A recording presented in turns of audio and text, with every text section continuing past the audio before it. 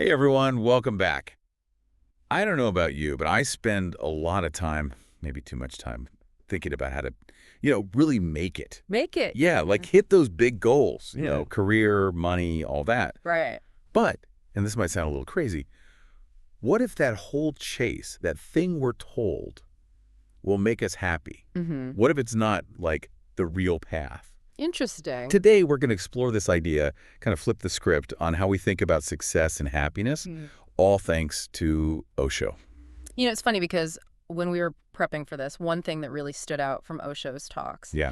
was this idea that the link between hitting those classic milestones, the promotion, the house, the fancy car, and Yeah. actually finding deep, lasting happiness. Right. It's not as straightforward as we're often led to believe. Totally. So that's exactly what we're diving into today. Why doesn't checking off all those boxes automatically unlock like this secret level of joy? Is it possible that we're all chasing some kind of mirage? We're going to look at some really specific stuff from Osho on this.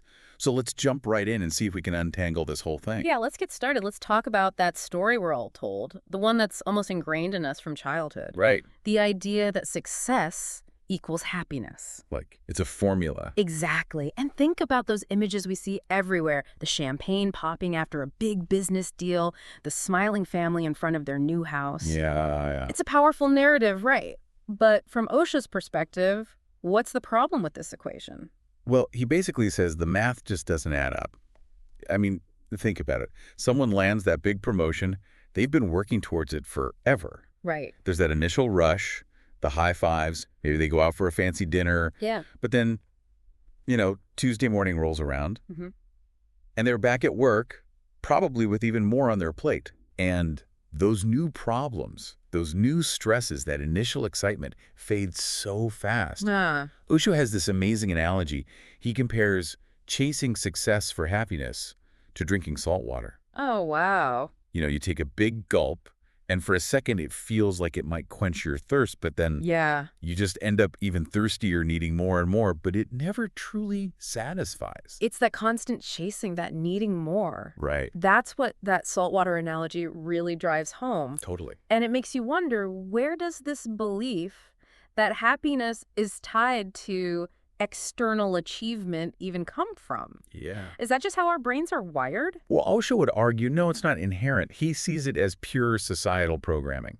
Like, think back to when we were kids. Yeah. Good grades got you a gold star, maybe some extra dessert. Right. Then good grades get you to a good college, a good job, you make money, and boom. Happiness. Happiness, like it's this automatic reward at the end of the line. Osho goes so far as to call this the biggest scam of all time. Wow. So if external success isn't the key to happiness, what does Osho see as the real difference between the two? He's really clear that success, as we typically think of it, is all about externals. What you have, how people see you, your status. I see. But happiness, Yeah. that's an inside game. Yeah. He's saying if you're feeling empty or unfulfilled on the inside, Mm-hmm. no amount of external wins is going to fix that. It's like, upgrading from a tiny apartment to a huge house. Okay. Maybe you have more space, but now you've got a bigger mortgage, higher bills, more to worry about. The scenery's changed, but the underlying stress might not go away. You just have different problems. Right, exactly. Mhm. And there's another layer to this, too, a social element that Osho brings up. What's that? Once you hit a certain level of success, wealth, status, how do you know if people are really connecting with you, or are they just drawn to what you have?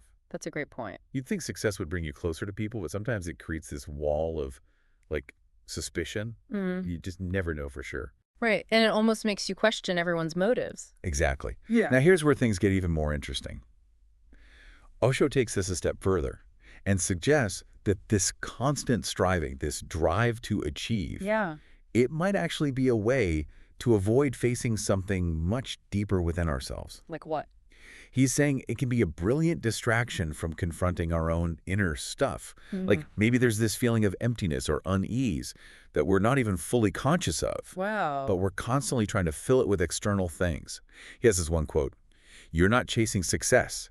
You're running away from yourself." Oof, that hits hard. It's like we're so busy trying to achieve and acquire Right. that we don't give ourselves the time or space to actually look inward. Right. And it begs the question, when you're hyper-focused on that next goal, the promotion, the bigger paycheck, What's the real motivation? Yeah. Is it coming from a genuine place of passion and purpose, or are you trying to plug some internal hole you haven't even fully acknowledged? Right. And that might explain why that feeling of satisfaction from achieving something is always so short-lived. Yeah. You haven't actually dealt with the root cause, so the emptiness just comes creeping back. Exactly.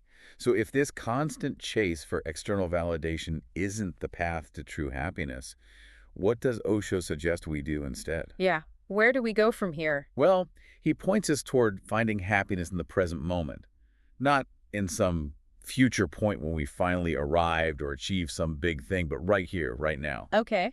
Which, let's be honest, after spending our whole lives being told that happiness is tied to some future accomplishment, Right. this could be a pretty radical shift in thinking. It really is.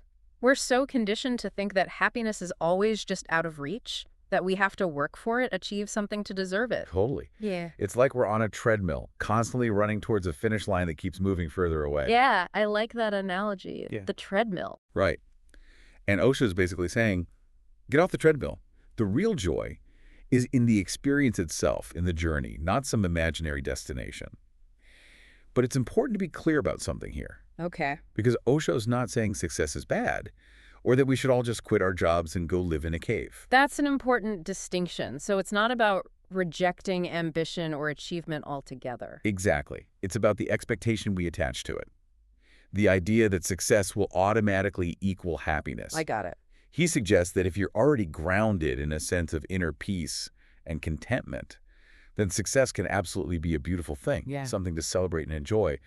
But it's like adding sprinkles to a cupcake.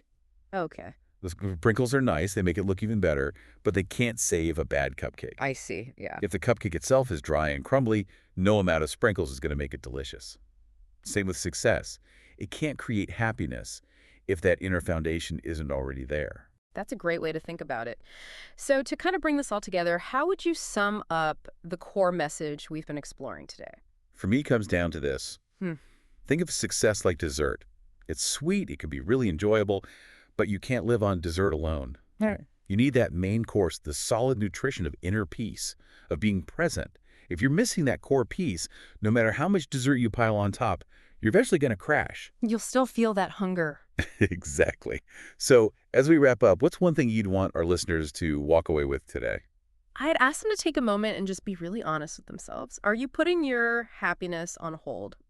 Are you saying, I'll be happy when I hit that goal, when I buy that thing, when I reach this milestone? What if the real key is to find some joy in the now, wherever you are on that journey? So well said. Maybe the greatest success isn't about what we achieve, but who we become along the way. Mm-hmm. And if we can find a sense of peace within ourselves right now. Exactly. Success is great, but don't let the pursuit of it steal your chance to be happy today. Well said.